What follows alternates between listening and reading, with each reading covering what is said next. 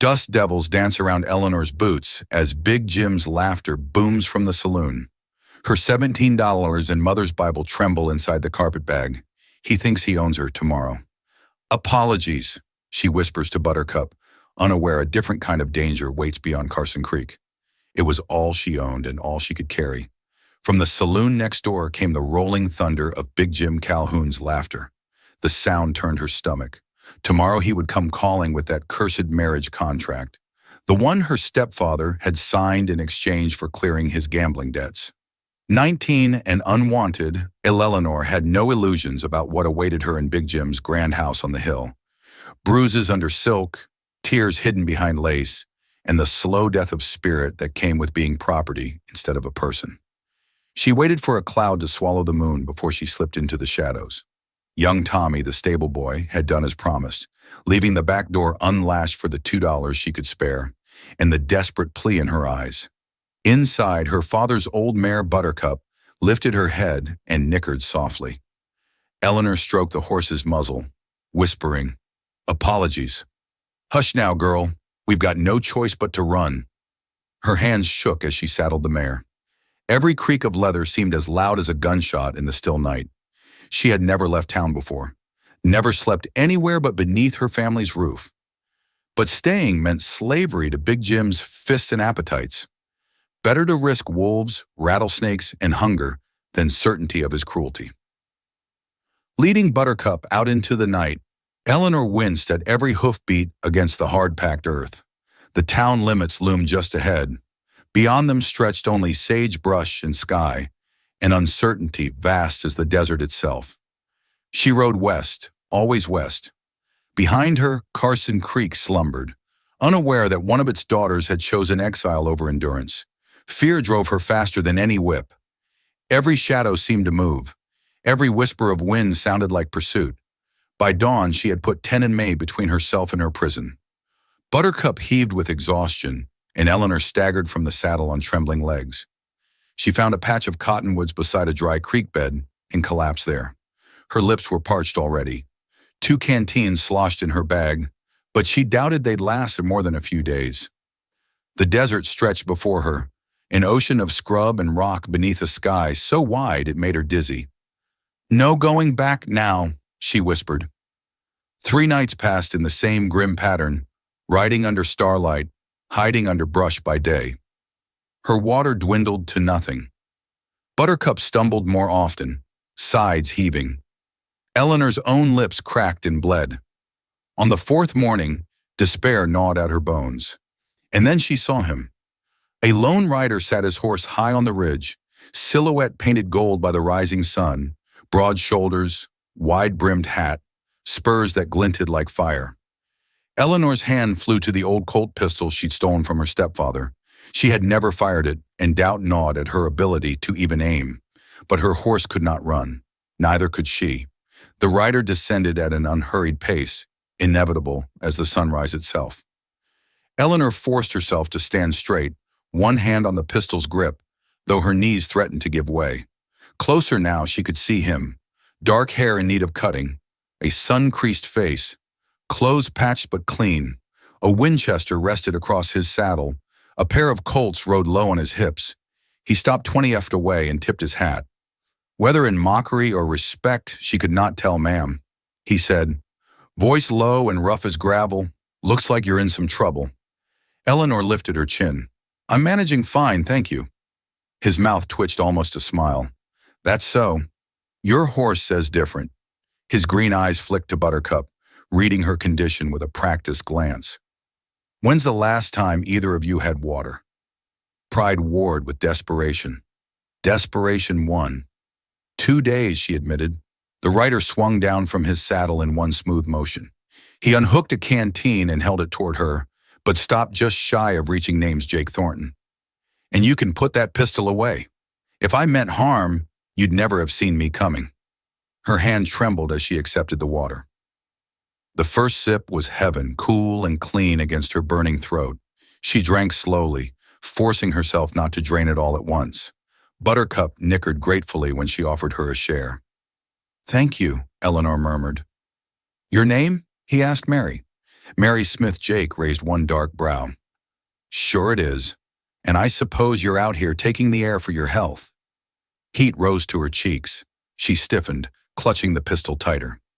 My business is my own, Mr. Thornton. That it is, he agreed. But this desert don't care much for anyone's business. Kill you just the same, whether you're running to something or from it. His gaze lingered on her with unsettling weight, as if peeling back her lies layer by layer. There's a water hole about 5 miles northwest. Jake said, Finally, I'm headed that way myself, if you'd care to follow. Eleanor's heart pounded. Accepting help from a stranger was dangerous, but without water, she and Buttercup would die before another sunrise. I can find it myself if you point the way, she said stubbornly.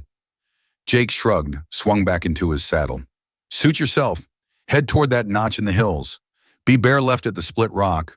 Looks like a preacher's pulpit. Can't miss it. Of course, there's rattlers near there, and Apaches sometimes keep watch, but I reckon a lady managing fine on her own won't have any trouble. He touched his hat again, preparing to ride off. Eleanor's pride crumbled under the weight of exhaustion and fear. Mr. Thornton, she called. He reined in, glanced back over his shoulder. I would be grateful for the guidance. Quote. This time his smile held less mockery. Smart choice, Mary Smith. Let's get that horse of yours some water before she drops. And so Eleanor May Hutchkins, runaway horse thief, desperate girl turned desert wanderer, followed a dangerous stranger into the unknown. She could not yet tell if she had escaped one cage, only to enter another, but his eyes, green as sage and shadowed by old pain, told her he carried wounds of his own. The desert stretched wide before them. Whatever lay ahead, she knew only this. She was no longer running alone. The desert gave way to low hills as Eleanor rode behind Jake. Dust clung to her dress and hair, and Buttercup's hooves dragged as if made of lead. But Jake's steady pace and sure direction kept them moving. After an hour, the land dipped into a shallow basin where mesquite trees clung to life. At its heart shimmered a pool no wider than a cabin, fed by some secret spring. Buttercup plunged her nose into the water, drinking until she shivered with relief. Eleanor knelt beside her, splashing her face, the coolness almost painful against her sunburned skin. Jake filled both their canteens and leaned against a boulder, arms folded. He watched her with that same calm, measuring look, as if he weighed every choice she made. You ride like someone who never meant to, he said at last. Eleanor glanced away. My father taught me the basics before he passed. That was years ago. Jake nodded. Explains why you favor the horse's mouth too much. You'll wear her out faster that way. But you've got grit. That counts for something. She bristled, though a strange warmth stirred at his rough praise. I didn't ask for your opinion, Mr. Thornton. Maybe not, but you'll last longer out here if you take it. For a while, only the wind answered. Then, unable to hold back, Eleanor asked, Why help me? You don't even know who I am. Jake's gaze darkened, the shadow of something old flickering across his face. Maybe I see a little of myself. Maybe I just don't like watching folks die slow when they could live. He offered no more, and she sensed better than to press. They rode together for days after that, keeping mostly to silence. Yet in the quiet moments, she noticed things. The way Jake's eyes softened when he looked at her horse. The way he always offered her the larger share of water. The way he stood watch at night without complaint. Still, she kept her guard.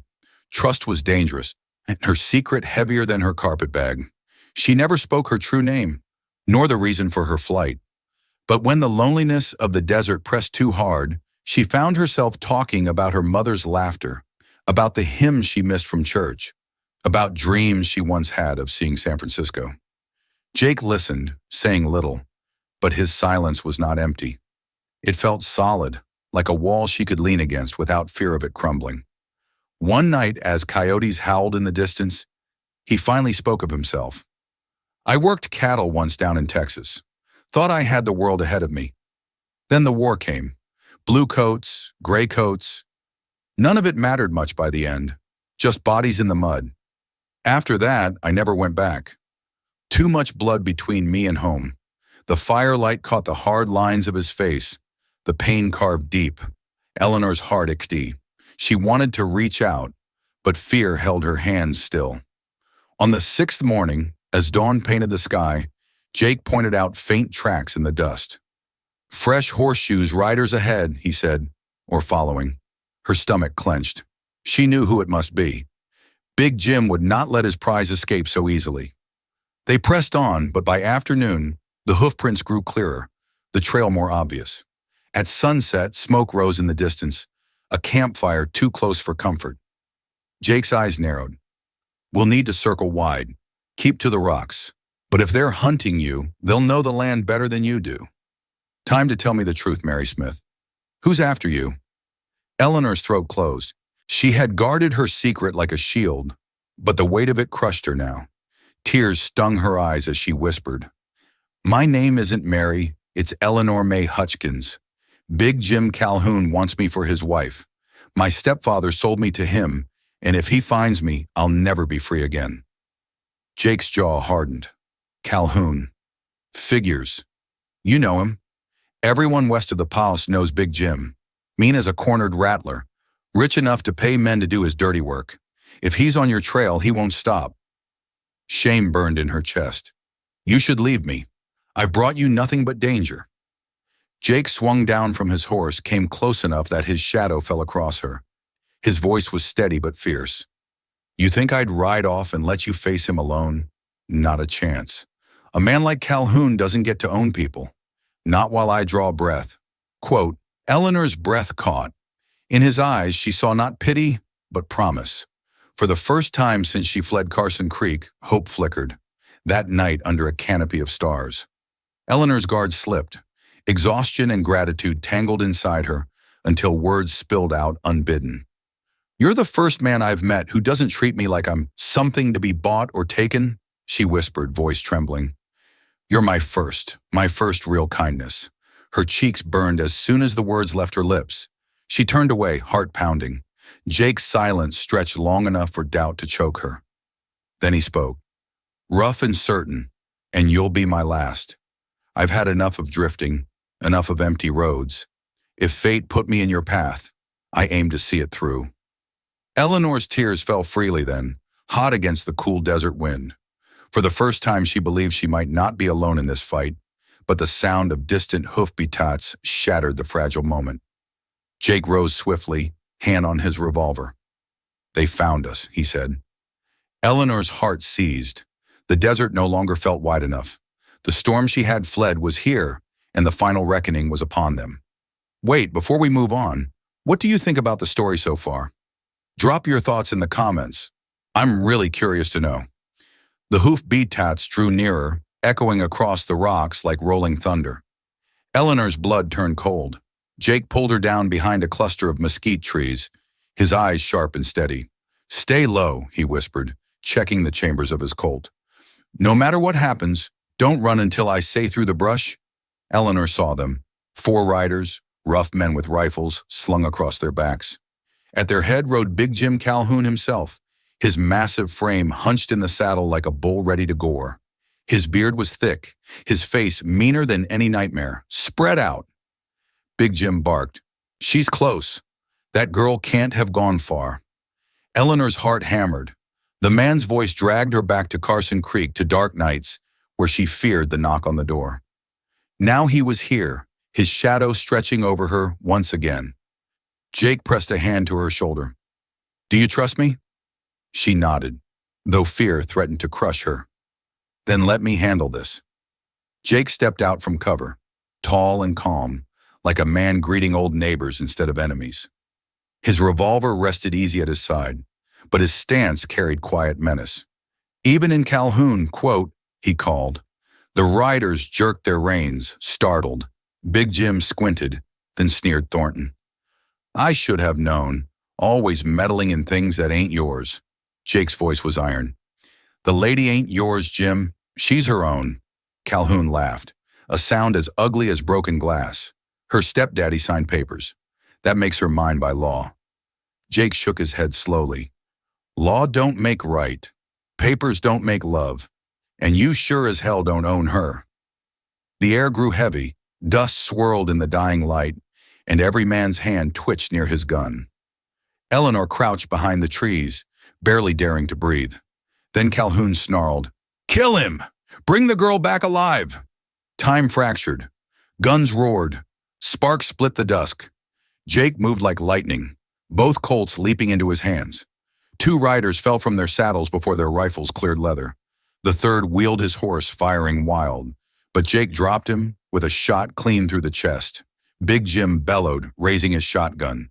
The blast tore bark from the tree above Eleanor's head. She cried out, diving low. Buttercup shrieked in terror nearby. Jake lunged, rolling through dust, firing again. His bullet clipped Calhoun's shoulder, spinning him in the saddle. The shotgun slipped from his grasp. With a roar, the big man dismounted, charging like a bear. He hit Jake hard, the two men crashing to the ground in a storm of fists and fury. Eleanor watched, frozen between terror and resolve. Jake fought with skill, but Calhoun's size was monstrous. Each blow shook the earth. Blood stained the dust beneath them. Jake gasped, pinned beneath Calhoun's weight. The brute's hands closed around his throat, squeezing the life from him. Eleanor's heart screamed. Her hand found the pistol at her side, the old Colt she had carried since leaving Carson Creek. Her father's pistol. She had never fired it. She stood, legs trembling, raised the weapon with both hands. "Let him go!" she shouted, voice breaking. Calhoun turned his head, grinning even through blood. "Put it down, girl. You ain't got it in you." Her hands shook. Tears blurred her eyes. But then she saw Jake's face, purple with strain, yet still burning with the fire of a man who believed in her. Something inside her snapped. She pulled the trigger. The gun bucked in her hands. Calhoun staggered, shock spreading across his cruel face. Slowly he collapsed into the dust. Still and silent, the desert fell quiet, save for Eleanor's ragged sobs and Buttercup's frightened snorts. Jake rolled onto his side, coughing, dragging air back into his lungs. Eleanor dropped the pistol and ran to him. "Jake, are you hurt?" He winced, pushing himself up with effort. "Nothing. That won't heal." "Thanks to you." Her tears fell freely as she clutched his arm. "I was so afraid. I thought I couldn't do it." Jake's hand cupped her cheek, rough but gentle. "You did what had to be done. You saved us both." Their eyes locked, the desert wide and endless around them. Yet in that moment it felt like the world had narrowed to only the two of them. Eleanor whispered, "I told you you're my first kindness. First man I've ever trusted." Jake's voice was steady, filled with something deeper than promise. "And you'll be my last. I've wandered too long, lost too much, but I won't lose you, not now." The setting sun painted the sky in fire and gold as his lips met hers. Soft, sure, sealing the vow that no papers, no law, no man could break. They buried Big Jim beneath the desert stones, leaving no marker but the silence. His man lay scattered, swallowed by the sand. Carson Creek would whisper about it, no doubt, but Eleanor knew she would never return. She and Jake rode west together, two shadows against the horizon. The road ahead was uncertain, filled with dangers untold, but also with hope. For the first time in her life, Eleanor felt free, not because she ran alone, but because she rode beside someone who saw her not as property, but as partner. And as the stars rose over the desert sky, she believed his words.